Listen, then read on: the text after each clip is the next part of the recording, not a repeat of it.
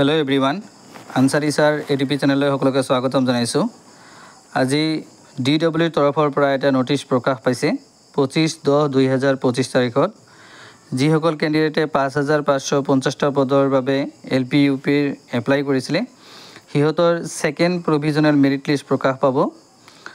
25 অক্টোবৰ 2025 তাৰিখত ৰাতিৰ ভিতৰতে মেৰিট লিষ্টখন প্ৰকাশ পাব আৰু যদি কাৰোবাৰ কিবা অসুবিধা থাকে তেতিয়া হলে ইয়াৰ তথ্যখিনি জানিবৰ কাৰণে 27, 29 আৰু 30 অক্টোবৰ তাৰিখত DW অফিসত গৈ খবৰ ল'ব পাৰিব আৰু LPUPৰ কাট অফ বহুতখিনি তললৈ নামিব পাৰে যিখিনি কাট অফ গৈছে তাতকৈ তলত নামিব যেহেতু অসমৰ শিক্ষামন্ত্ৰী মাননীয় ডক্টৰ ৰণজ পেগু ডাঙৰীয়া জনাইছে যে LPUP GTPGT চাকৰি কাৰণে যিসকল ক্যান্ডিডেটে এপ্লাই কৰিছে তাৰে বহুত কেইজন ক্যান্ডিডেটৰ নাম ওভাৰলেপিং হৈ আছিল আৰু LPUPৰ পৰা হিহঁতৰ ক্যান্ডিডেটছৰ উইথড্ৰ কৰাৰ কাৰণে কৈছিলে আৰু এই ক্যান্ডিডেটছৰ পৰা শিক্ষামন্ত্ৰীয়ে জনোৱা মতে মুঠতে DWৰ 5550টা পদৰ 800 মান ক্যান্ডিডেটৰ নাম ওভাৰলেপিং হৈ আছিল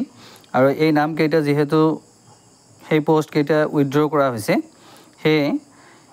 আজি যেটো প্ৰকাশ পাব মেৰিট লিষ্ট সেই মেৰিট লিষ্টত LPৰ কাট অফ অলপ বেছিকৈ কমিব হয়তো আপাৰ প্ৰাইমেৰীত অলপ কমকৈ কমিব পাৰে LPৰ কাট অফ প্ৰত্যেকটো কাষ্টতে কমেও 2-3 নম্বৰকৈ নামিব পাৰে আৰু আপাৰ প্ৰাইমেৰীত সম্ভৱতঃ 1 বা 2 কাট অফ কমিব পাৰে